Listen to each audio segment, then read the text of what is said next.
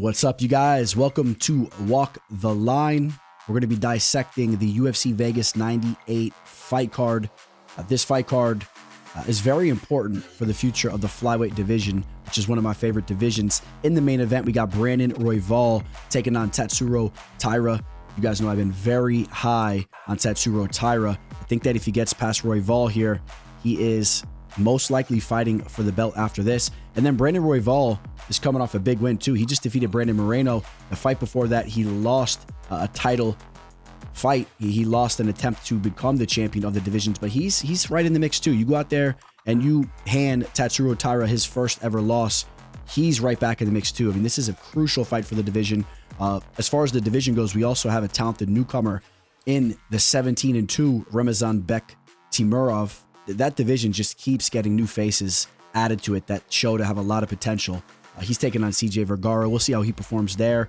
Other than that, some fighters that really impressed on Dana White's Contender Series as of recently kicking this card off. And Cody Haddon, who we just saw fight, he's taking on the tough wrestler Dan Argueta, who comes off the Ultimate Fighter. That's a step up in competition for Cody. Let's see if he can look as impressive as he just did in his last fight. Lucas Rocha kicks the card off against Clayton Carpenter. Lucas Rocha just had not a flying knee, but basically a perfectly timed knee knockout in the second round just recently on DWCS. Clayton Carpenter, he has had his feet wet in the UFC now. He's got a victory in the octagon, but he came off Dana White's Contender Series recently as well. In fact, the fight before that, he had a victory over Edgar Chairez. That fight taking place in the flyweight division also. So besides that, some interesting fights scattered all through. Some of you guys may not like this card. I think it's pretty intriguing. There's some fun matchups. I'm excited for it. If you're new to the show, please hit that subscribe button, guys. It means a lot to me. If you all can hit that like button, it really means a lot to me. I'm putting a lot of time here behind the scenes, and you guys are going to see a lot unravel here on the channel. So I can't wait to show you some of the stuff I've been working on behind the scenes. And if you caught my Dana White's Contender Series prediction video for week 9, you guys heard me talking about the fact that we have been very profitable. We just dismantled UFC 307. If you're following me on IG and Twitter, you guys saw my results there. Please go follow me. I'm on Instagram at MMAFortuneTeller_, and I'm on Twitter at the MMA Teller. And don't want to hold you guys up too much longer. I'm excited to talk some fight action. Anyway, I'm ready to get into it. Just the last thing, we are powered by BetUS. If anyone out there is looking to sign up to a new sportsbook, reach out to me. I'll give you my referral link, and you're going to get a special added bonus to your account of 150% match on your first 3 deposits. And no other sports books are giving those types of deposit matches. So shoot me an email or a DM on Instagram and Twitter, and I'll give you further details there. And I think that's about it. Let's go jump into that first fight that we kind of touched upon already. The Teller.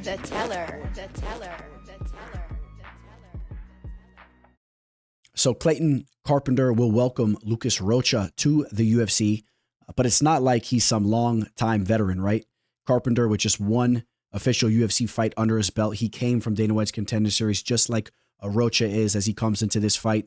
Carpenter looked very good in his last fight, much more impressive than his fight on Dana White's Contender Series. If you remember the DWCS fight that he had, he was quite the favorite going into that bout with Edgar Chairez. I would argue that not a lot of people at the time really understood how talented Chairez is, because Chairez is the real deal. I know he just lost a fight, but that was a fight that played out very closely, and he was fighting a high-level fighter in Joshua Van. You guys know Joshua Van. That's another fighter that stands out in this division. Okay, but Edgar Chairez is a good fighter, and that fight played out closely. Carpenter ate a lot of damage on the feet, but you had to love the toughness you saw from him, and he landed his own shots throughout that fight, but I would argue that his grappling is his strength. I definitely would say that. And that could be a problem for Rocha here because Rocha is a fighter that, even though he has some skills down in the mat, his bread and butter is his striking. And we've seen him struggle a little bit, even from his regional tape in the grappling department. He's a fighter that can be taken down. He can be controlled a little bit. If you guys remember how his Dana White's Contender Series played out, he dropped that first round to Davi Bittencourt. And in fact, things were looking very well for Bittencourt going into the second round, although that didn't last long because he got knocked out within about 18 seconds of the second round as Bittencourt timed that beautiful knee. But the thing is, you do have to be a little bit cautious when it comes to the grappling of Rocha, because even in some of his regional tape, I've seen him put on his back, and I've seen him controlled a little bit. I've seen his back taken. And when you're talking about Clayton Carpenter, you are talking about a very high-level grappler, in my opinion, and a fighter that's just going to get better and better. In his last fight, in his UFC debut against Juan Camilo, I mean, he looked phenomenal in that fight. He felt completely comfortable being on his back as he was searching for an armbar, which he almost got. He eventually took control and then sunk in that rear naked choke. And just the way that he was moving down on the mat, you could tell he's high level. And the fact that he's only 28 years old, and also note that that fight was over a year and a half ago. So you got to expect that he's just going to be even more fine-tuned down there. He's training over at the MMA lab. I know he's been getting in some work with Coach Tim Welch and some of those guys over there in Arizona, probably getting in some work with Sean O'Malley or whatnot to help out his striking. At least you would hope so. But also note, again, his striking is not bad either. His striking is solid. He's a technical dude that carries some solid pop in his hands. And I think over time, you're really going to start to see Clayton Carpenter get finishes in a variety of ways. He only has 2 knockouts right now, only 7 professional fights, but just 2 knockouts. But I wouldn't be shocked if he gets his fair share of KOs throughout the years. He's just a very well-rounded fighter. I still will say the strength of his game is his grappling, and that's where I expect him to really thrive in this fight. Rocha has never been subbed thus far out of 18 professional fights. His only loss comes by way of KO. But you play that game too long, you play with fire, you will get burnt, right? If you're constantly being taken down and you're playing around in the mat, and I understand he has his own skill set down there. He's comfortable. He likes to work his way back up to his feet. He's a very open and fluid fighter. He kind of fights in the cage like it's a sparring match. He's very relaxed. But don't get it twisted. When I say a sparring match, he does have some good pop though, man. He'll touch you and he'll knock you out. But he's just very relaxed in there, and it's like he doesn't mind going down to the mat. He believes he could work his way back up to his feet. He feels quite comfortable in his BJJ. But I think if you play that game long enough, especially as you're fighting higher level opponents like a Clayton Carpenter, you make a mistake, man. You got this dude Carpenter on your back, and you may have a rear naked choke sunk in on you. So, in fact, that's how I'm going to go with this fight. I'm going to say Carpenter gets another sub. I'm going to say he strings off back-to-back submission victories. Where Clayton can get into trouble is if he does struggle to get the fight down to the mat, he could hold his own on his feet, but Lucas Rocha is very fluid and he's very dangerous there. 7 knockouts out of his 17 professional fights, a lot of them coming recently. And again, you watch him in his regional tape, even in some of those fights I talked about where he was taken down and I wasn't that impressed with his takedown defense.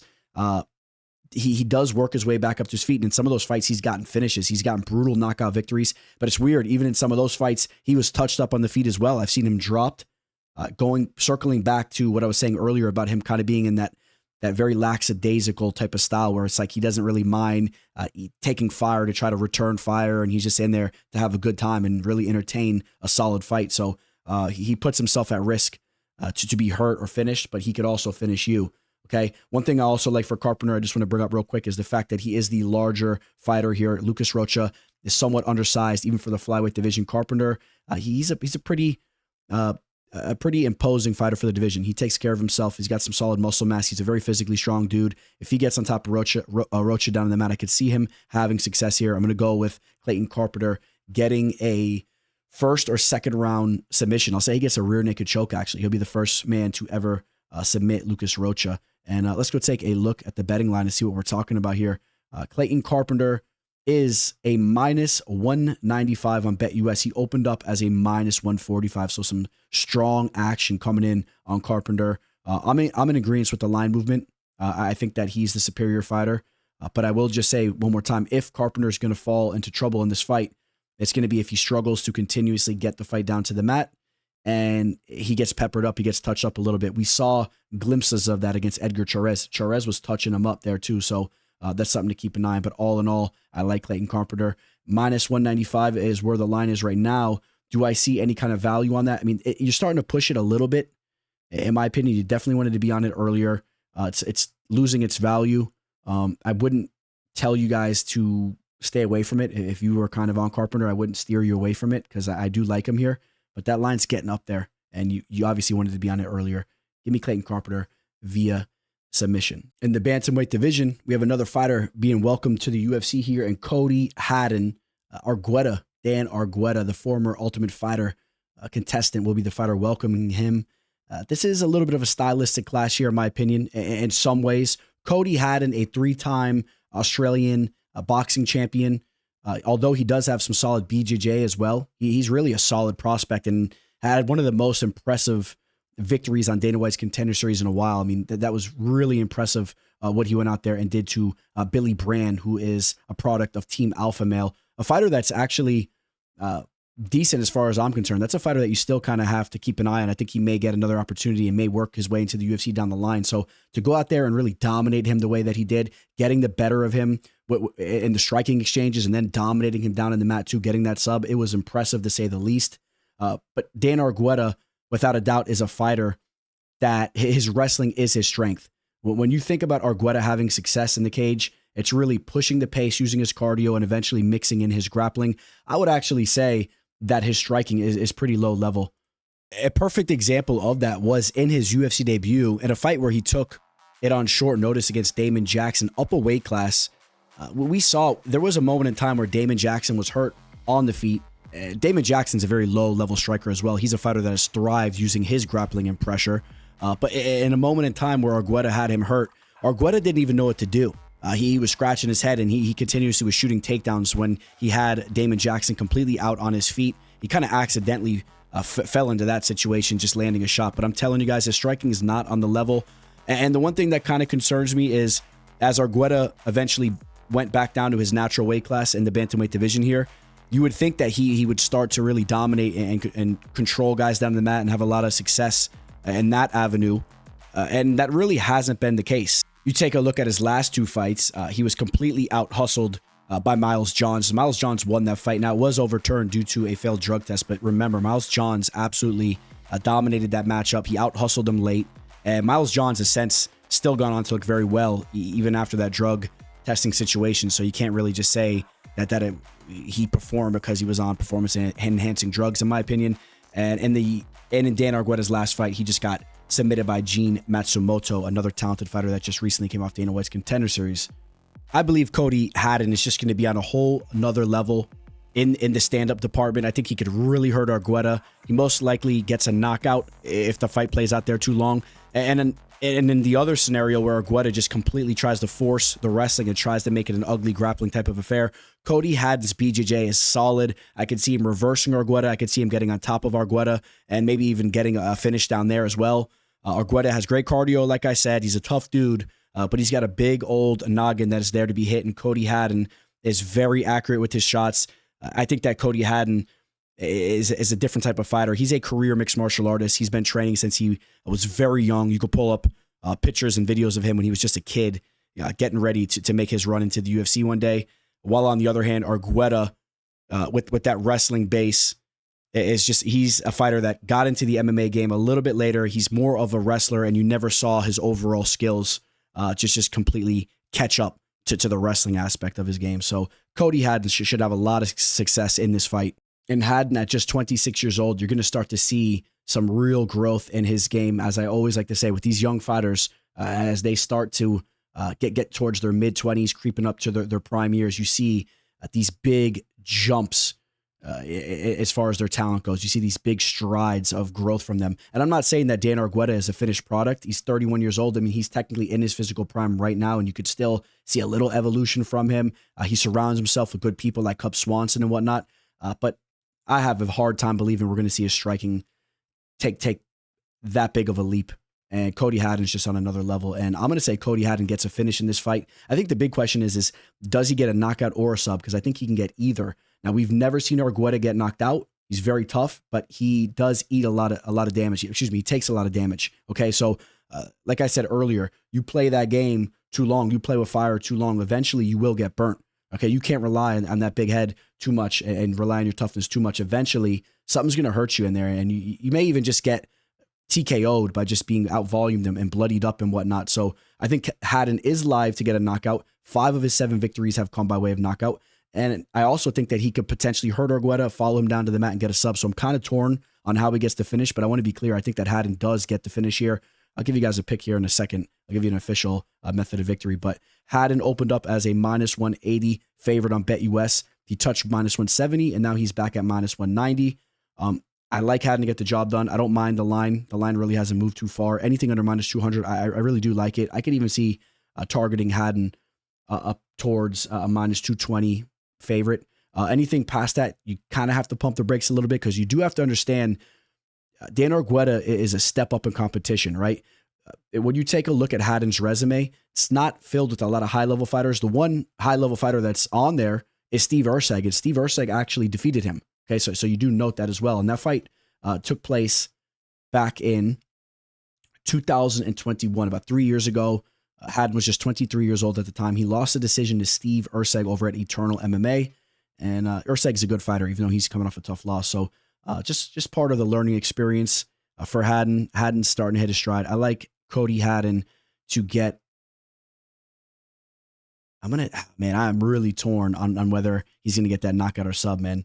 I guess, man, I'm torn, boys. I don't know. I'm going to go knockout. I think I don't know, man. Maybe the sub is a little bit more likely, but I could see the knockout happening too. I really want to see him open up with his striking, and Argueta's there to be hit. I'm just worried that he hurts him and then he follows him down to the mat and subs him. We'll go knockout though. How about that? We'll keep it exciting here. We'll say knockout. I think the sub is probably maybe technically a little bit more likely if you were to look at the betting line and whatnot. It's probably a more likely scenario. I'm going to shake it up though. I'm going to say Haddon gets a TKO. We got the return of Beast Boy, Chris Barnett. He's been out of the cage for about 2 years. He's now 38 years old, and he's taken on Junior Tafa, who in my opinion has been a real letdown as far as the beginning part of his UFC career. He's a fighter that came in with some hype behind him. He was a pretty highly regarded prospect, being the younger brother of Justin Tafa. We know they have high-level striking. They're tough brothers that like to really go to war on the feet, but the takedown defense of Junior Tafa has been very, very questionable. And in my opinion, he's a very hard fighter to trust. I lost all faith in him after the Muhammad Usman fight. That was a fight where he just seemed to be in completely over his head when takedowns were shot on him. He was tripping over his shoelaces. It kind of reminds me of the meme that I just made on Instagram at MMA Fortune Teller _. That meme that I made about Marina Rodriguez just tripping over her shoelaces when a gust of wind blows by. And Junior Tafa does suffer from that syndrome as well. Okay, now when he can keep the fight standing, yeah, he's dangerous and he can knock you out. And we've seen that from him. When he's getting victories, he's out there knocking dudes out. His lone victory inside the octagon was a first-round knockout over Pork Reporter. Besides that, on the regional scene, just knocking dudes out left and right. Only went to a decision one time before. And take note, we're also looking at some kickboxing matches, some professional kickboxing matches as well, where he does have some experience over there. So, I mean, yeah, he is dangerous. He's very dangerous with his hands, big-time power. He does possess, and I do believe that he can knock out Chris Barnett. Chris Barnett is there to be hit. I mean, he is a huge target to land on. I mean, he's a big boy, man. He's been knocked out 3 times out of his 8 losses, 3 decisions and 1 sub as well. One other unknown loss there. But Chris Barnett, man, I'll say this much. When you take a look at some of the success that he's had in the octagon, it's been where he's been in these wild, crazy type of affairs where he's actually been the fighter that dug a little deeper and actually had success with his grappling.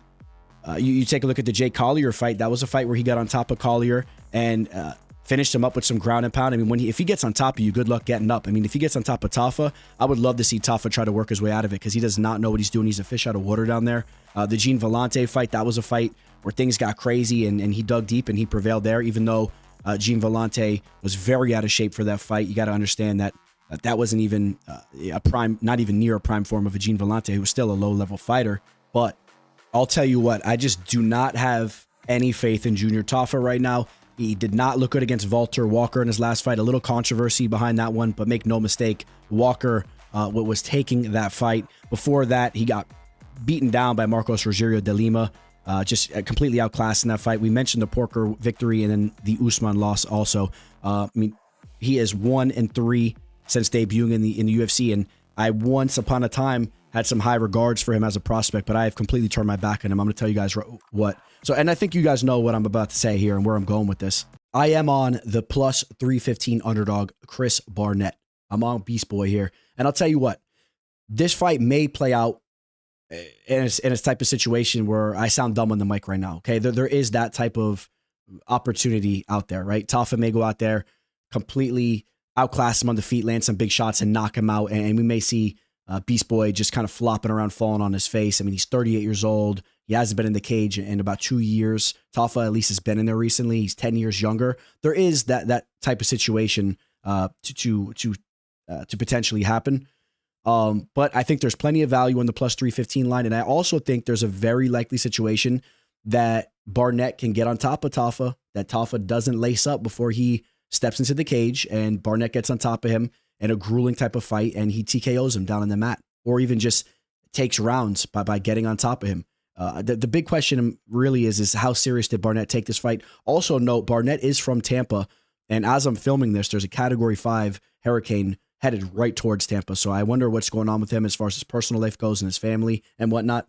But if Barnett shows up and he's ready to go, if he's been preparing for this fight, I think that he can sneak off a takedown here or there and really make Tafa pay. And at least at the very end of the day, there is more value on that plus 315 line. It opened up at plus 215, a lot of action coming in on Tafa. It's just a complete fade on Barnett. People don't like the way he looks. I get it. He's not the most professional fighter, doesn't take the best care of himself, but give me Barnett here. And maybe we'll have that mullet slick back. We'll slick some gel through it. We'll have the mullet dangling in the wind, and we'll be looking at the window. Not saying there's going to be official action on a play like this. I don't know. Stay tuned and see. Make sure you're following me on IG and Twitter to see my results for this card. But give me Barnett to get a TKO. At 170, we got Niko Price taking on Themba Gorimbo. Now, Niko Price, if you remember some of the highlight reel knockouts that he had back in the day, I mean, they were some of the best, right?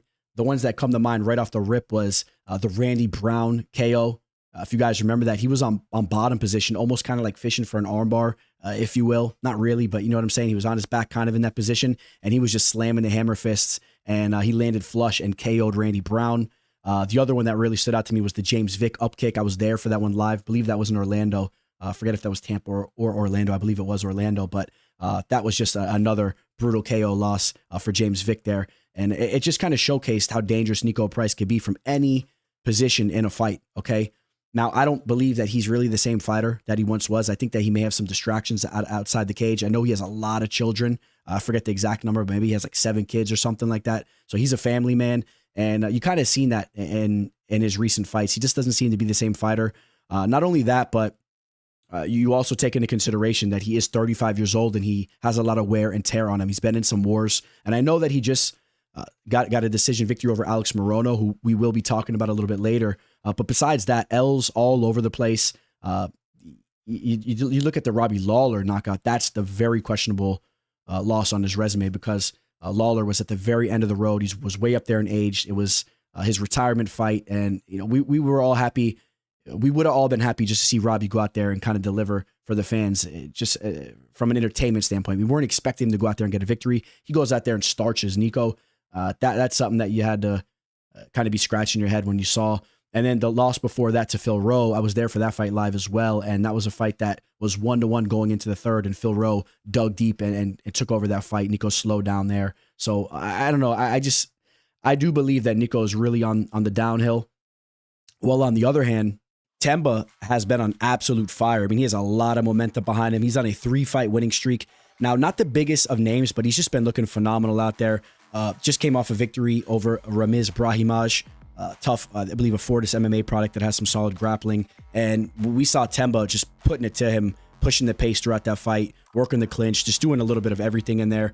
Just way a step ahead. That knockout over Pete Rodriguez, even though Pete Rodriguez is a very unproven fighter, he's kind of known for his boxing skills. The way that Themba went out there and starched him, I mean, just super impressive, because he's showing that he is a very well-rounded fighter. He can knock you out. He's very quick. He's long, but he also has grappling skills. We saw him defeat Takashi Sato before that, dating back to the AJ Fletcher loss, which AJ Fletcher is a little bit of a under-the-radar type of fighter.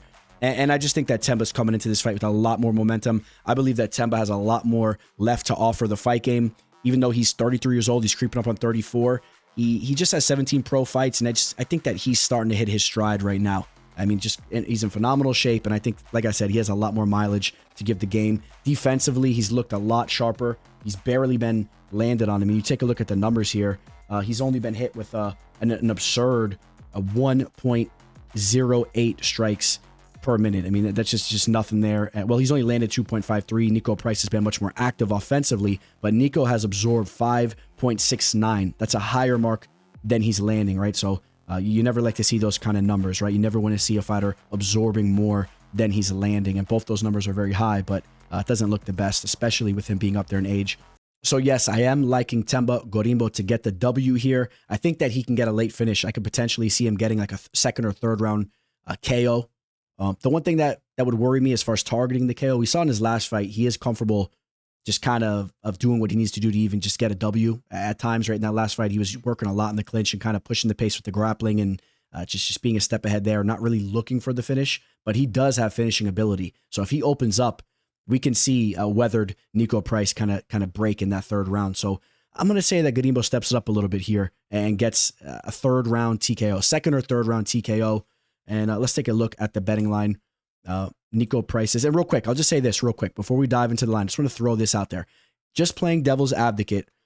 Some things that are going for Niko here is he is coming off a W against Morono. Maybe he's starting to get a little bit more disciplined and trying to make one little last run and get some W's in a row here. And Themba Gorimbo has not really fought any high-level fighters. Okay, that's a fact. We talked about the work he's been putting in, but I love the confidence that I see from him, and I think that it eventually will translate into getting some higher-level victories, but he's not really proven. And if you were to be talking about a Niko Price just from a couple years back, this would be a completely different line. Okay, but I'm going to base what I'm seeing here or how this fight's going to play out based off what I've been seeing recently. I got to see Niko Price go out there and prove that before I have faith in it. I think that he's easing into retirement personally, but right now Themba Gorimbo is a minus 300 favorite. He opened up as a minus 250, so some action coming in on him. Now that's a decently high line, and I told you why you have to be a little bit careful with targeting him, but I think that line's pretty accurate. I think he's deserving of being a 3-1 favorite here, so maybe that's something you throw into a parlay. Maybe that's something that we talk about if we do the prop video. I'm not 100% if I'm going to do it. We'll see. But maybe that's a line that you're looking at as far as a KO or TKO on Themba. But I do have Themba winning that fight. We got a grappler's delight here taking place in the featherweight division. Two fighters that are almost mirror images of themselves in a variety of ways. JSP, Jonathan Pearce, is taking on Pat Sabatini. Both fighters right about in their physical primes. Both fighters coming off some losses. In fact, JSP coming off 2 losses in a row. Both fighters having recent losses to high-level Brazilian fighters in this division. The first loss that JSP took on this 2-fight losing skid was Joanderson Brito. He was caught in that ninja choke, and then he got out-hustled by David Onama in his last fight. That fight came down to the third round, and surprisingly enough, it was Onama that was thriving in that last round. JSP is a fighter that's typically known for his cardio. He's a fighter that can push the pace, and that wasn't the case there. So you got to wonder where his mind's at going into this fight. Pat Sabatini, on the other hand, he comes in off that loss against Diego Lopez, where he was knocked out in the first round. That fight barely lasted. It was about a minute and a half. After that, he did have 2 grappling matches that he won, but those are grappling matches. As far as back to the MMA world, he did have a submission victory over Lucas Almeida before that, but then his most recent MMA fight before that was the loss to Damon Jackson, where he was a huge favorite, and he got knocked out by Damon Jackson. I was talking about Jackson earlier. Jackson, his striking is atrocious. How are you getting landed on by Damon Jackson? So just a horrible mistake there.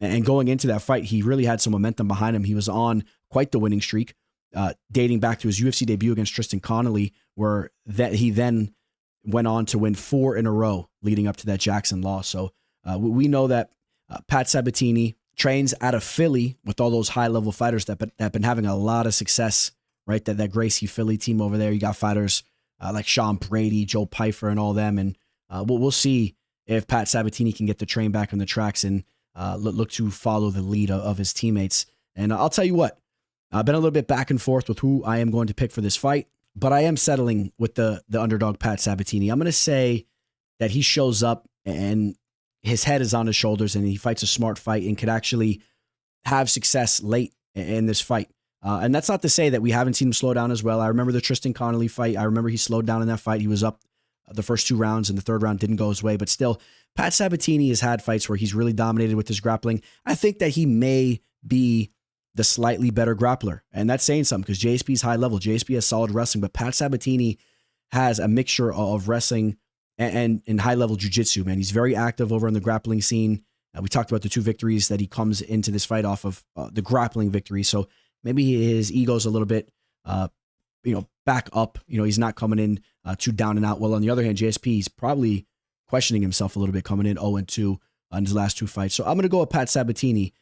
He was a fighter that once upon a time I really had high regards for. I thought he could have really made a run in this division. And I'm interested to see how the striking We'll look. JSP is a fighter that is more active on the feet, landing 5.32 compared to Pat Sabatini's 2.02. But Pat is also barely ever getting touched up, besides when he's fighting Damon Jackson. But I mean, he's only getting touched at 1.54. That's due to the fact that he has a high grappling type of attack. But this is a fun fight, man. I'm really intrigued to see how it plays out. But I'm going to lean towards Pat Sabatini. I'm going to say Pat Sabatini gets the job done. I think that he just does a little bit more throughout this fight. I'm going to say he wins a decision, but I would not be surprised at all if he finds the sub. JSP has been sub before. He was just sub recently with that ninja choke. Pat Sabatini is a tricky dude down on the mat. He can grab a hold of your leg and rip your knee apart. I mean, he has a variety of submissions that he could fish for. I would not be surprised if he finds a sub, but I'll say decision overall. Here we go. We got the debut of Ramazan Temirov. He'll be taking on CJ Vergara. This fight's taking place in the flyweight division. Ramazan Temirov, another highly touted prospect, a really promising fighter that has been added to this flyweight division. Another fighter that we kind of think of when we think about this division who's been having some success is Asu Almabayev, and that was the last opponent of CJ Vergara. Vergara was able to go to a decision with Asu, so you take that for what you will. I mean, he was a big-time underdog, and a lot of people thought Asu may have found that finish. That was a fight that CJ Vergara missed weight for, so we'll see how he looks on the scales going into this fight. I do believe that CJ Vergara is possibly a step up in competition compared to anybody that Temirov has fought, for the most part. Now, Temirov has fought some decently talented fighters over there in Ryzen and whatnot. You could pull up his last 2 fights on YouTube, I believe, where he had first-round knockouts in both of them. I just watched his last fight against Takaki Soya. That was a crazy fight, and Soya actually had some success against Temirov early in that fight. So we have seen Temirov touched up a little bit, but one thing that I liked about him in that fight is when he was hurt, he knows how to get out of harm's way. He has great footwork. He's extremely fast, and then eventually he's using his firepower on you. So the way that he changed the tide in that fight, I think he really did show something to us. He's a very dangerous striker. He also seems to know what he's doing down in the mat. I like some of the wrestling skills I've seen from him. I do believe that he should hit the ground running in this UFC debut spot here. I think he should be a step ahead of Vergara. But I'll tell you what, and we're going to get to the betting line here in a second. CJ Vergara is kind of an underrated fighter to an extent, right? When you think about what he does in the cage. He's 12-5 as a pro. He's 33 years old now, right? And it all started with that Dana White's Contender Series fight that he had over Bruno Correa, which he got a knockout in 41 seconds. He was the underdog in that fight. He was kind of overlooked in that spot there. And that's kind of been the case with him in a couple of fights in the UFC. I mean, he's had his fair share of victories, right? In the UFC, he is now 3 victories against 3 losses, while 2 of his losses are against high-level fighters in Asu Almabayev and Tatsuro Taira, who we will be talking about in a little bit. So the other one was an Ode Osborne loss, which Ode just, he's all over the place, man. He has talent, but oh boy, remember his last fight. But Ode's had those types of up and down performances all the time. So take that one for what you will. But CJ Vergara has dangerous boxing. It's underrated. And if you are sleeping in there, he will knock you out. We've seen him knock out Daniel Lacerda. The Correa knockout that we just talked about, he had there as well. I mean, he's shown to have that type of fight-ending ability. And when I was breaking that tape on Temirov, like I said, in his last fight, even though he got that knockout finish, he was dropped and kind of wobbled around in that fight as well. And if Vergara gets his hands on you, he may put you out. So, I mean, that's something you have to worry about a little bit there. But all in all, I do like what I'm seeing from Temirov. I think that he's going to be a step above. Take into factor that he's 27 years old. I mean, you're going to see that major growth like I'm always talking about. CJ Vergara, I think he has plateaued. He's 33 years old. I think he has plateaued as a fighter for the most part. Maybe he's a little slightly better in there with that octagon experience. But Temirov, to me, seems to be the kind of dude that's just going to be very mentally strong. He's going to hit the ground running. He's just going to be coming forward. He's going to be putting off crazy volume. His athleticism and his quickness is really towards the top of this division. I'm telling you guys. So we'll see if he can put it all together. He does have 2 losses. He had a decision loss and a submission loss there. He's never been knocked out, but I did mention he's been wobbled a little bit. I mean, everyone has their first, but all in all, I'm going to say the UFC newcomer gets the job done. I do like Temirov to get the job done here. I think he's just a higher level talent. He's a minus 250 right now on BetUS, so he's quite the favorite coming into his debut against a step up in competition. Is there a value on the minus 250 line?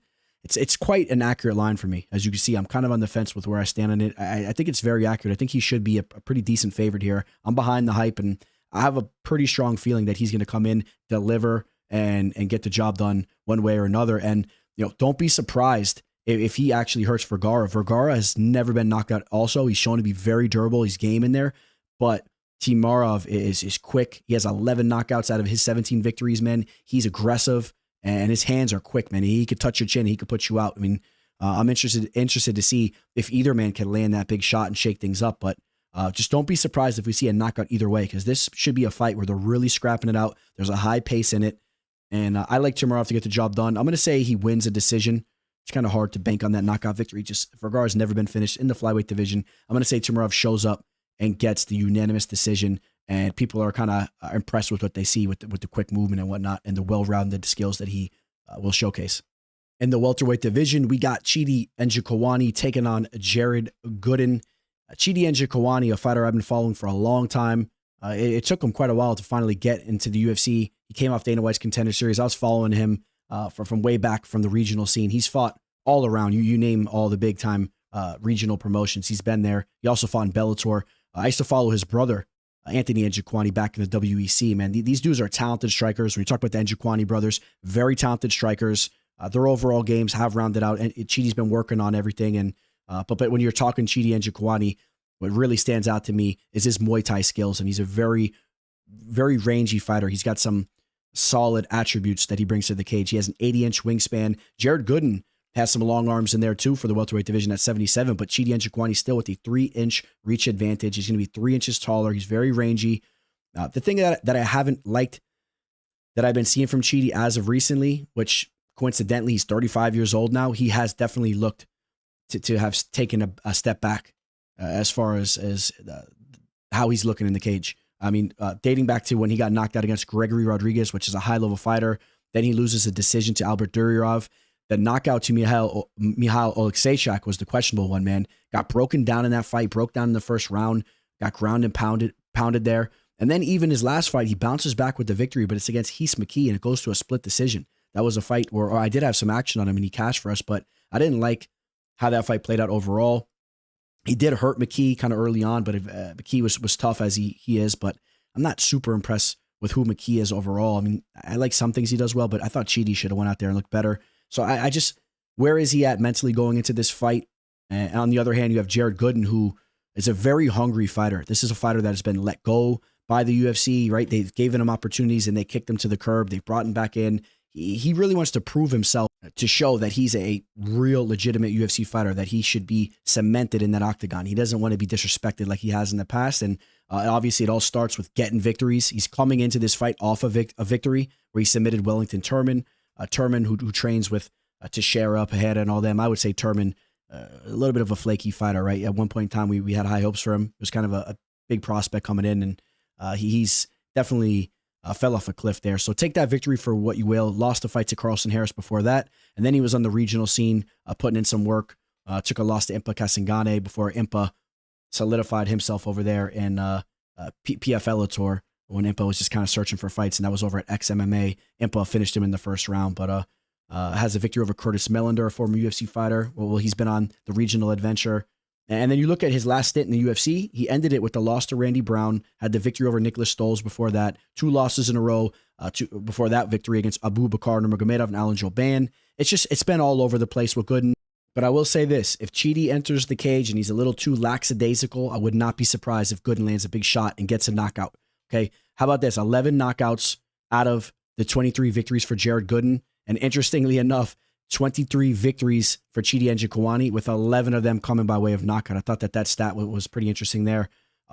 Gooden has shown to be a little bit more durable, only being knocked out twice, while Njokuani's been knocked out 4 times. Njokuani's also been subbed 2 times. He's been a little bit more prone to being finished when he loses fights. I think if we do see a finish in this fight, it's actually Gooden landing something big and shaking things up. But I think that Njokuani may fall into that flow state, and he's just a little bit out of range and could outpoint Gooden. I'm going to favor Chidi Njokuani to mix things up using those nice Muay Thai skills and land some nasty elbows in the clinch and outpoint Jared Gooden. But if we see a finish, I favor it actually towards Gooden's side. I'll settle in with that Chidi Njokuani decision pick. He opened up as a -180. He's now a -185. That has seemed to be a similar betting line next to his name, and I'm not sitting at the edge of my seat once again chasing that personally after what he just did against Heath McKee. And Gooden is a hungry dog, and I'll stay away from targeting Njokuani at -185. That could be a fight where you're looking to chase some dog action on Gooden. I think if you want to bet on that fight, that the value is on the underdog. We have Josh Fremd taking on Abdul Razak Alhassan. This fight's taking place up in the middleweight division. Abdul Razak Alhassan is one of the more dangerous fighters in this division, specifically early on in his fights. He's shown that for a long time. He's had a lot of big first-round knockouts. You could argue that he should have had a first-round knockout in his last fight. I'm kind of on the fence with that. That was that fight with Cody Brundage where it was a no contest due to the fact that when Abdul hurt him, he followed him down to the mat and clearly was hitting him to the back of the head. He didn't really have to do that. He could have potentially found the finish there, although Cody was kind of holding on for dear life, and maybe he would have survived it. The big question mark there is, which some of you guys don't want to admit, specifically those of you that had money on Abdul, is the fact that if Cody did survive, which he was hanging on there, how was Abdul going to look in the later rounds if Cody did survive? And I think there's a very likelihood that Cody could have took that fight over. There's that type of possibility because Abdul is notorious for slowing down as his fights go on. Okay, he has a bad gas tank. There's just no question about that. He's a quick twitch athlete that seems to fade as his fights goes on. He was finished in the second round by Pfeiffer, and the fight before that had a big second round knockout against Claudio Ribeiro before that.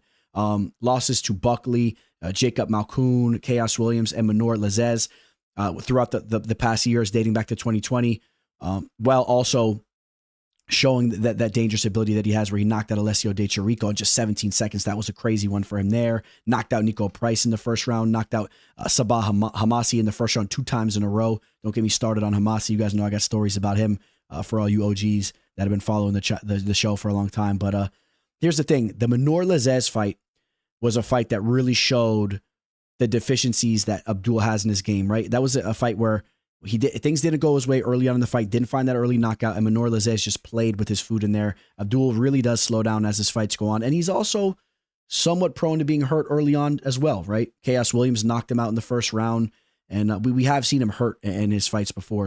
So I know for a fact some of you aren't going to like the way that I'm going to go with this, but I'll tell you what. I said this in the last breakdown of Josh Fremd where he fought Andre Petroski. I said that Fremd is actually, he's a good fighter. He's not a bad fighter. Like some of you believe that he is. Some of you guys think that he's just a complete slouch, and I don't necessarily agree with that. You take a look at his losses, they're usually against high-level fighters.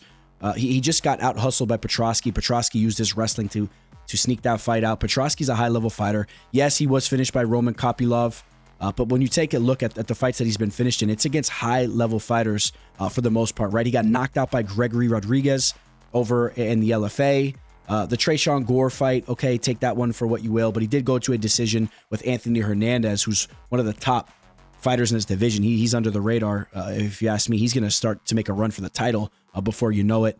And in the meantime, he's had some victories here and there. He submitted Cedricus Dumas. He just had a decision victory over Jamie Pickett.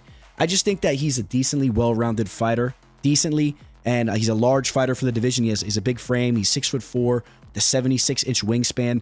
And he has some grappling skills. I believe that Josh can possibly drown him late in this fight. I think that he could use his grappling skills to take rounds 2 and 3. I think the first round is going to be the round, though, that's going to be key for Fremd. He has to stay out of harm's way. I think he should try to look to clinch up, use a lot of heavy grappling type tactics in this fight, try to hang on Abdul Razak Alhassan. Josh Fremd is a fighter that has trained over in Colorado for a long time. He's training up at elevation, and I think that his gas tank could really help him out late in this fight. I know he's very hungry as well. He's on a 2-fight losing skid, and that Petroski fight was very frustrating for him. And I think that he knows that everything is on the line for him here. If he loses this fight, it's pretty much the end of the road. While on the other hand, Abdul Razak Alhassan, essentially coming off that victory against Cody Brundage, he can afford to lose a fight. I mean, not that he wants to lose the fight, but I'm saying it's not do or die for him. And he'll go out there, he'll look for his knockout. But if he gets a little overzealous and he forces it, he could find himself in clinch scenarios and grappling scenarios. And I don't trust Abdul Razak Alhassan late in fights. He's also 39 years old, okay? I know he looked great in his last fight, but he's 39 years old. I really want to see how he looks late in this fight. So I am going to side with the dog here. I'm going to take Joshua Fremd, who's a plus 125 underdog. I'm going to say he uses that long frame to just kind of stay out of harm's way and clinch up and use some grappling skills to take this fight over. Okay. And I wouldn't be surprised if he finds a late sub, but I don't even think he necessarily has to find the sub. I think that he could win a decision taking the last 2 rounds as well. So I see a little bit of value on that line. It's not an overly confident pick. Okay. This isn't a fight where I'm like, oh, there's big time dog value all day here. I think this is a fight like we talked about in that Chris Barnett fight against Tafa. I'm saying this and that, and it may look a little dumb on the mic when it's all said and done, but it is what it is. It's the fight game, and that's how these things play out sometimes. I could see Abdul going out there and starching him in the first round. There's that type of possibility for sure. Okay, guys, I understand that, but I'm gonna say there's some value on the plus line, and I could see Fremd dragging this fight to the deep waters and having success. Okay, he still has more to offer the fight game. He's a lot younger. He's hungry, and I'll take him to win the fight. In the welterweight division, we got 2 OGs of the fight game here. Daniel Rodriguez is taking on Alex Morono. Both these fighters coming off some losses. Daniel Rodriguez, though, kind of a decent outing against Kelvin Gastelum, right? I mean, he looked pretty sharp towards the beginning portion of that fight. Eventually, Gastelum kind of took over, intertwined some grappling in his attack. But D-Rod looked pretty sharp and had some pop in his shots in that fight. I mean, you could see he's still a dangerous man on the feet. And he's a fighter that puts off a lot of volume there. He'll fight out of the southpaw stance. He'll mix things up on you, and he can give you problems there. Meanwhile, Alex Morono is a fighter that has taken damage, especially as of recently. He's a fighter that does take damage, right? I mean, he'll land his own damage on you there. He's a fighter that's not the most physically imposing, and he's tricky. He can land on you, but he eats his fair share of damage, and I think this is a fight where D-Rod really can land on him.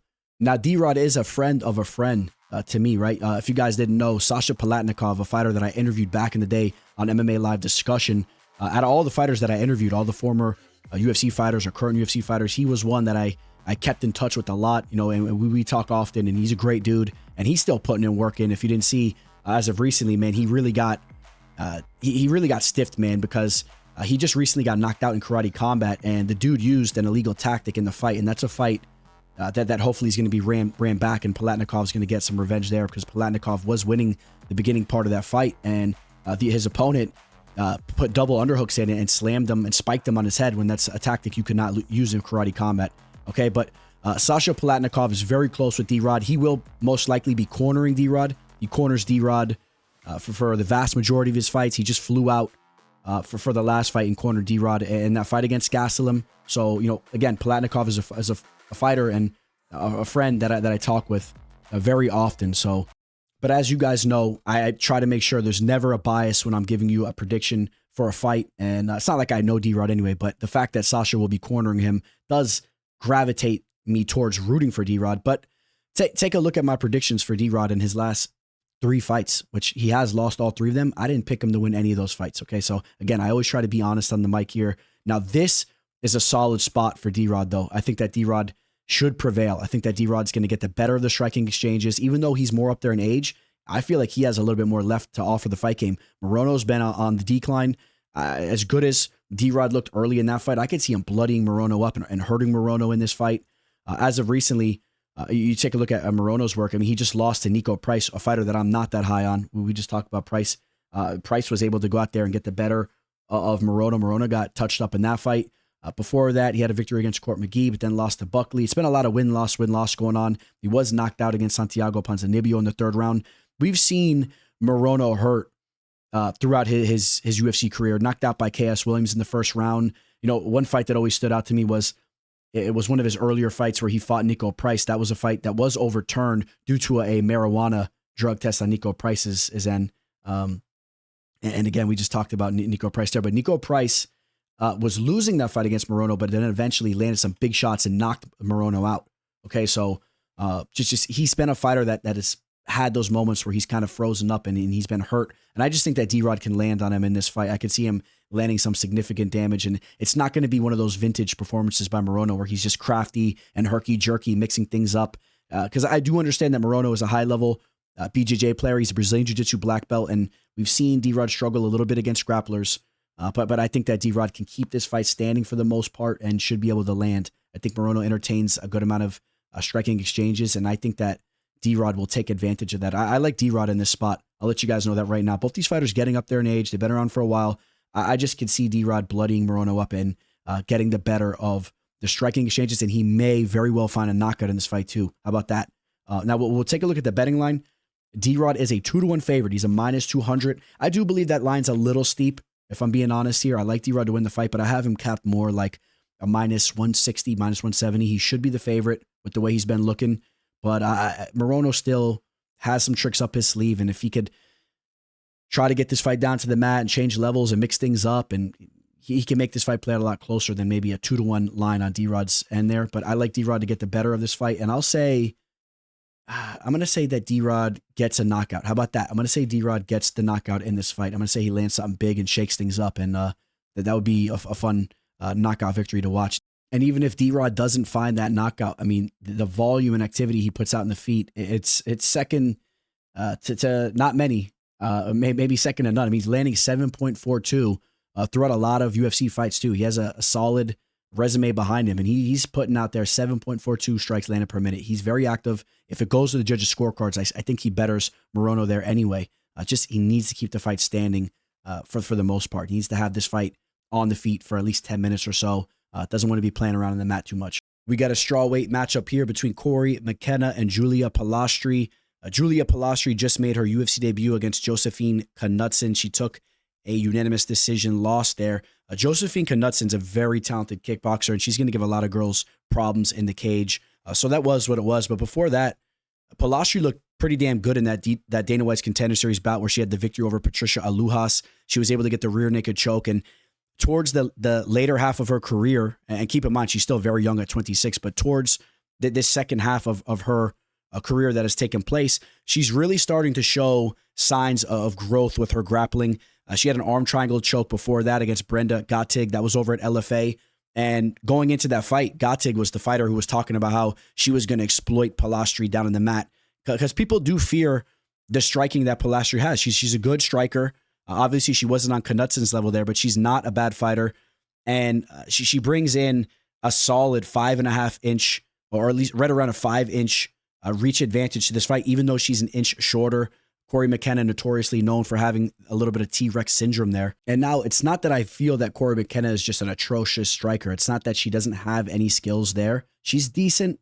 Again, you have to keep in mind, she's a career mixed martial artist. She's been training MMA and training combat since she was a very young girl. She's traveled the world and trained at all types of gyms. She's now gotten a lot of work in at Team Alpha Male. She's still very young. It's not that she's a bad striker, but I will say Polastri has shown me a little bit more there. And you mix in the fact that she's going to have that reach advantage. I think that Polastri can really have success there.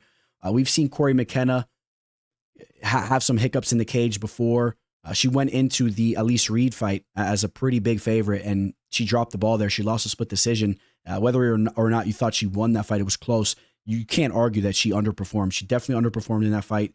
After that, she goes on a 2-fight winning streak, but then she just gets submitted by the high-level Jacqueline Amorim. Getting subbed for the first time there as well. Julia Polastri, she's looking to be well-rounded. I'm leaning towards the Polastri side, and it's a little hard for me to say that because I don't want to turn my back on Cory McKenna. I think that with her being just 25 years old still, I mean, I could see her being a pretty decent fighter by the time she's 28, 29. I mean, we'll see if she ever gets a rank next to her name. Right now, though, I'm feeling that Polastri gets the job done here. I am. I think that she will be just fine if this fight goes down to the mat. On the feet, I think that she'll be just fine there as well. I think that she's the better overall fighter, and I'm leaning towards Julia's way. I think that Julia gets the job done here. We'll see where Cory's head's at coming into this fight after loss and all that. Give me Julia Polastri. She opened up as a -150, and action's coming the other way. People finding value on that Cory McKenna plus line, and now Polastri is at a -135.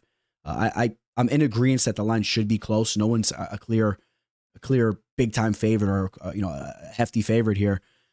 But with that being said, I think that Polastri's probably more towards a -145, -150 than a -135. I don't know. I was back and forth with that. I wanted to put some respect on McKenna's name, and I know that she's decently well rounded. She's hungry for a W here.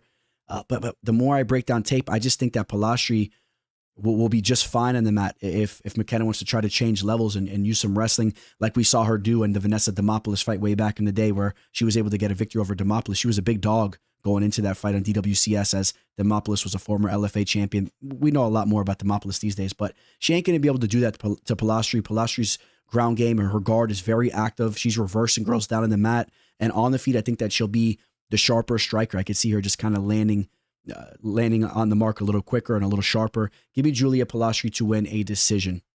We got the biggest favorite of the card in Grant Dawson. He's taking on Rafa Garcia. Both men 30 years old. In my opinion, that's the perfect number right there, 30 years old. Of course, depending on when you got into the game. But, I mean, as far as your physical prime ability, these guys are hitting on all cylinders.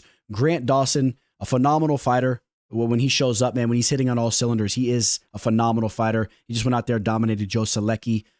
Recently had a dominating victory over Damir Ismagulov. I would argue that was one of his best performances that he's had. In the mix of that, though, he did get knocked out by Bobby Green within 33 seconds. That was such a questionable performance. You guys know I've said a lot about it. I've said enough to the point that he blocked me in IG, so I don't want to go on too much about it here. Some of you guys may be rubbed the wrong way, but I don't like the way that he was hit and the way that he was still coherent, and he could have potentially pulled guard or tried to survive in there. He kind of rolled into a position where he kind of just gave up in there. Maybe that's a little bit of a reach, but I don't like the way he looked in there. I did have some money behind him, so it hurt, but you have to understand the one flaw in Dawson's game probably is his striking defense, I would say, right? His real strength is using his grappling to dominate you there. He could push the pace like very few, and he could dominate you there, but you take a look at his two losses. They both are via knockout. He got knocked out by Hugh Poley back in 2016, and then the Green knockout that we just talked about. Now, the fight that he had on Dana White's Contender Series way back in 2017 against Adrian Diaz, that was a fight where he took some damage also before eventually finding that submission, just pushing the pace with his grappling. I do believe stylistically this is a tough fight for Garcia. Out of his 16 victories, he only has one knockout, okay? He is not a fighter that's going out there and knocking really anybody out. You take a look at all of his recent victories inside the octagon, lower level opponents like an older Clay Guida decision victory. He decisioned Mahashate. He was able to get a rear naked choke over Jesse Ronson. But besides that, decision victory over Natan Levy. On the regional scene, pretty much decision or submission for him. So I think that's a little bit of a problem for him because he has to touch the chin of Dawson, and he really hasn't shown that he's been able to do that. And I don't see him using his submission skills, which are decent. He's a decent grappler. He really pushed the pace, right? He has good cardio and whatnot. 8 of his victories have come by way of submission, but I don't see him submitting Grant Dawson. I really don't see that. Grant Dawson is a fighter that's never been subbed, and I just don't know if Garcia is going to be the fighter to go out there and do that.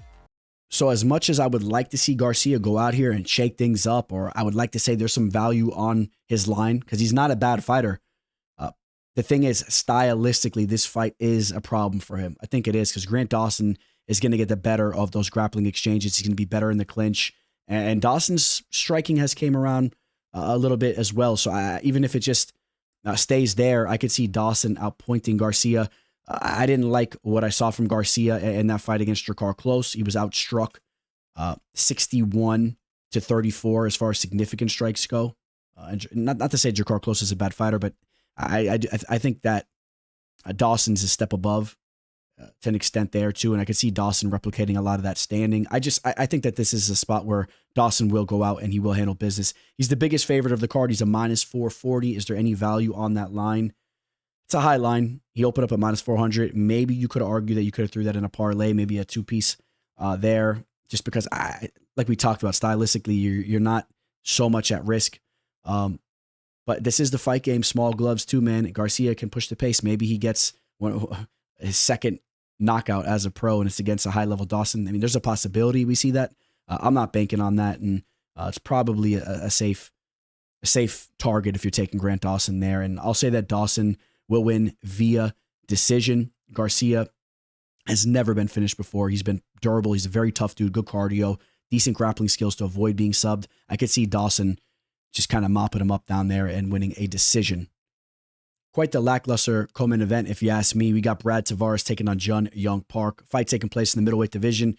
Kind of interested to know why the UFC gave Brad Tavares this spot, because he's a fighter that doesn't finish fights at all. I know you see 7 knockouts out of his 20 victories, but 5 of those 7 came outside of the UFC. He's only had 2 knockout victories, and he has a good amount of UFC fights. And one of those knockouts was against an old, ancient Phil Baroni. If you guys remember Phil Baroni, he was a crazy name in the game. I think he's serving a life sentence. I think you can look it up yourself what he did, but dude was a madman. But he used to be a fun fighter to watch. And the only other knockout that Tavares has is a knockout victory over Krzysztof Jotko. But he just does not finish fights. And as of recently, I did not like the performance that he had against an injured Chris Weidman. Weidman was injured in the cage. There was no sense of urgency for Tavares to put on a show for the fans. And besides that, he's losing fights left and right. He's surrounded by losses. He's only won 1 of his last 4. And other than that, though, a bunch of decision victories there. And you're starting to see his chin deteriorate. He was just recently knocked out by Gregory Rodriguez, knocked out by Bruno Silva, knocked out by Edmund Shabazian back in the day. He used to be a fighter that was known for being durable. Now he's starting to get knocked out quite a bit. So you have to understand that there is a possibility that he could be hurt once again. I'm sure that he's taken a lot of damage throughout the years. Jun Young Park is a more durable fighter. If you ask me, you want to talk about fights that he's been knocked out in. I think the only time he's ever been knocked out, at least in the UFC, actually, as a pro, was against Gregory Rodriguez, who also has that knockout victory over Brad Tavares. That's the only time he's ever been knocked out, and Gregory Rodriguez is a heavy hitter, okay? Besides that, Park was subbed by Anthony Hernandez in a fight that he was winning, and his UFC debut was winning, and he made a mistake, got caught in a sub. If he would have had that victory over Hernandez, that would have been a big feather in his cap. He's a good fighter, man. Jun Young Park can live off the jab. I think that he'll be the more active fighter here. As you see, he's landed 4.53 strikes per minute compared to the 3.38 of Tavares. Well, Park has a good ratio too, just being absorbed 3.3 strikes per minute. Tavares has a low number as well, but there's a better ratio next to Park's name, and it translates to when you watch him on tape. I think he could pump the jab here, work those leg kicks. He really likes to entertain the calf kicks, and I think that he'll outpoint Tavares. I just don't have any faith that Tavares will step up the activity and look to be like a vintage form of Tavares back in the day. When Tavares was in his late 20s, he had some good performances, but like I said, I'm surprised that the UFC is giving him an opportunity like this. I think that he's in their good graces. I know he surrounds himself with some big names, and he's probably friends with a lot of people in the game and in the higher ups, because I just don't know why he's getting this opportunity. I really don't. Maybe it's a showcase fight for Park, and they're hoping that Park handles that and they could push something something bigger for Park next. But just understand, Park's coming off a loss as well. Before that, he was on a solid 4-fight winning streak, getting some submission finishes there against lower level fighters like Joseph Holmes and Dennis Teolinin. The Albert Durov was a decent one there, but listen, I don't need to go on too much more about this fight. I like Jun Young Park. He's a -170. I think there's some value next to his name at a -170 line. It's not too big, and I think he's the superior fighter that still has more to give. He'll be the more aggressive fighter. I like Jun Young Park to win a decision, but it's not out of the realm. He lands a big shot and gets a knockout over Tavares, who's, like I said, has been getting knocked out towards the latter half of his career. Here we go. We got the main event. You guys know I'm very excited for this matchup here. Major implications for the future of the flyweight division. This is essentially a title eliminator. The winner of this most likely is fighting for the belt next. The only other fighters you could really argue would be getting the next opportunity would be if Amir Albalzi is to get a victory over Brandon Moreno. But even if Moreno wins that fight, he just lost to Brandon Royval. So Royval is coming into this fight off a victory over the former champion Moreno. But if Amir Albalzi wins this fight over Moreno, I still argue the winner of this is ahead of him. Albalzi is a fighter they don't seem to favor too much, as is a little bit more of a boring grappling type of style. Tatsuro Taira, if he goes out here and gets the W, I think he should be fighting for the belt next, man. This kid is an absolute stud. You guys know I'm very high on him. I think that he is the truth of this division. We used to compare him to Muhammad Mokaev, and unfortunately, I don't know if that's a fight we'll ever see, but I really do believe that Tatsuro Taira would have got the better of Mokaev if we ever saw that fight take place. In Taira's last fight, he had that finish over Alex Perez, and maybe this is going to offend some of you guys. I don't care. I'm going to tell you right now. If you follow me on IG, you guys saw me preaching about it there. When he went out there and defeated Alex Perez, just because he was so humble and he got on the mic and he kind of just said, I feel bad for what happened. He got injured, whatever. He didn't want to take a lot of credit for what he did. Go watch the tape. Go rewatch that fight. The dude is an absolute wizard. He's like an ape there, man. He has the body triangle locked in. He's hanging off to the side, swaying back and forth, putting all this pressure on Alex Perez's legs, where Alex Perez injures his knee, right? He tore something there, and he has to eventually verbally tap or whatever. The fight ends, however you want to spin it.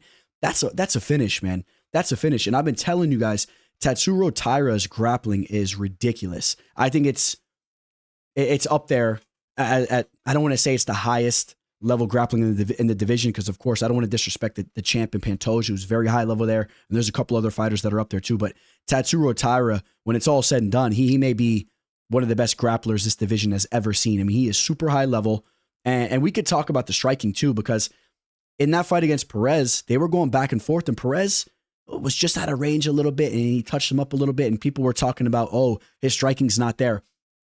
I will agree with you in one sense.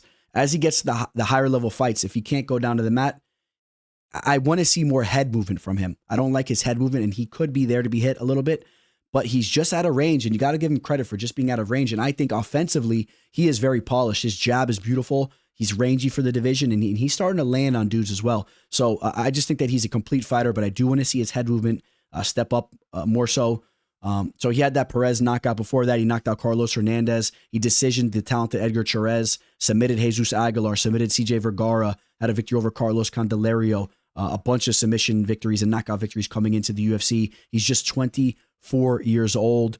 I cannot wait to see what he looks like when he's 28 years old and he has that gold strap around his waist. All right, now Brandon Royval is a fun fighter to watch. He's very talented, but you got to understand, stylistically, this is not the best fight for him. Royval is a fighter that really likes to push the pace with his volume. I don't really see him as a fighter that has that one shot pop type of knockout. And I think that's the way you're really going to have to go out there and take Taira out right now. You got to really clip him with the big shot and check him and shake things up, because you go out there and you try to push that volume like Royval does with that little pitter-patter type of style. And you guys know I like to say pitter-patter. Well, I'll tell you what, Royval is the epitome of a pitter-patter type of fighter. And I don't mean that in a disrespectful way, but I mean, we've seen times where he's been in the cage and he's had so much time to just land on his opponent. We've seen him in there with guys that are gassed out in the feet. And even when he's teeing off on them, it kind of reminds you of like when you were a kid and you were having those dreams of being in a fight and you have a clean shot and you're looking to knock that dude out or you're looking to knock out that boogeyman or whatever you're trying to hit, and you just can't get the power on your shots. And it's like, what's going on? It's like you're trying to scream, nothing's coming out. I mean, he has no pop in his hands, if you ask me. He has a couple knockouts throughout his professional career. I mean, out of 23 professional fights, he has 4 knockout victories. I will give him credit. He's talented down on the mat with his submission game. He's wild down there. I think Tatsuro Taira is going to be on a whole nother level down in the mat, and I could easily see Taira pulling off the sub on him. Now, he's only been submitted once in his career, so he's pretty sound defensively, but Taira is he's high level, man. Taira goes out there and he strings off subs, man. 7 submission victories throughout his professional career, and I definitely give the edge to Taira down there. But I just don't think that Royval is going to be able to land anything that shakes this fight up, and I think that Taira is going to be a step ahead throughout this fight, and I think that Taira has more pop on his strikes. And if we see something land that's big, I think it's Taira landing the shot there. And I'm sure not a lot of you guys are surprised that I am on Taira to win this fight. The dude doesn't get touched up on the feet. We talked about he needs to work on his head movement, because you see those shots almost landing.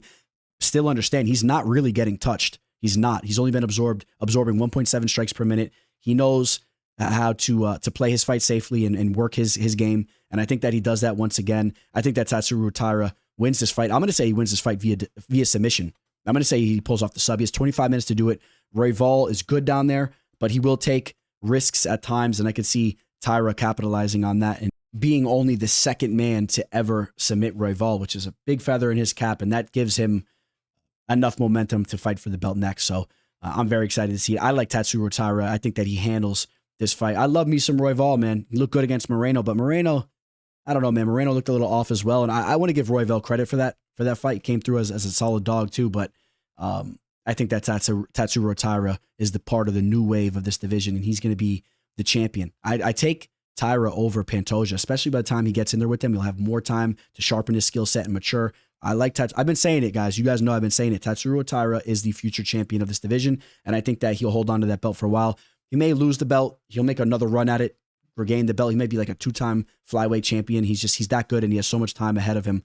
and I like Tatsuro Taira to get a submission victory here in the main event. All right, guys, that's going to wrap things up here for UFC Vegas 98. If you guys want to work with me for my official plays, do not hesitate to reach out for further details. We are very hot. You guys are going to keep hearing me say it if we keep this momentum up, man. I've been very, very hot over the past 2-3 months. We've been killing it. So I really hope to bring that momentum into this card. I hope all you guys profit on this card. You guys know that. If you guys want, comment what plays you guys are targeting. I would love to hear from you guys and what plays you guys find intriguing and whatnot. So hit that up. And of course, I got to leave you guys with some closing thoughts. Just something simple that I was thinking about the other day. I'll make it quick, guys. But you know, when I was younger, I feel like I had the type of mindset, man, where I was always pondering about life and thinking these real deep thoughts. And right now, it's almost hard to go on that level right now, because I've been sitting here talking, you know, about fights for a couple of hours here and just diving into all this, and my brain's really going. But my brain's has been being worked. But if you guys know what I'm talking about, man, where you think deeply about what this thing is all about and what it means, and really at the end of the day, how you could try to make it make sense, but no matter what, it's kind of really hard. If you think really, really deep, it's kind of hard to make it make sense. Because even if you have this higher power or that higher power, and I have those kind of higher powers, so don't think of me like someone that doesn't. But then you wonder who put them there. You know what I'm trying to say? You think all these deep thoughts, and you know, I think that is healthy to ponder, and you may never really get that solid answer, but I think it's healthy for your brain. I found myself doing it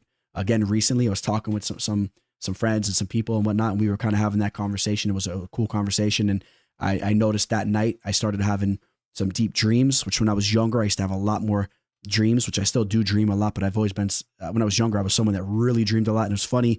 I feel like when I opened up that part of my brain again, pondering about life and not just getting caught up in the 9-to-5s and just doing stuff that as you get older, you kind of really just, you get robotic, you're on cruise control.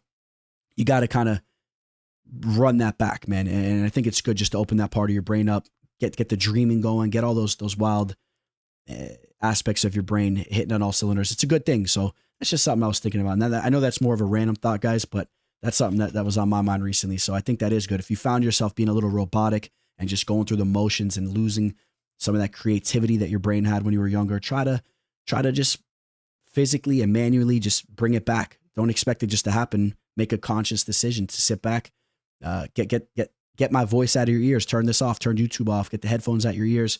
Think about something that's a little bit more deep that will open you up in that aspect there. So I know how it is, guys. So you know, I hope all is good with you guys. I hope you guys are all healthy. I hope you guys are all happy, and I wish you guys all a great week and a profitable event for this card. All right, guys, signing out. Teller. The teller.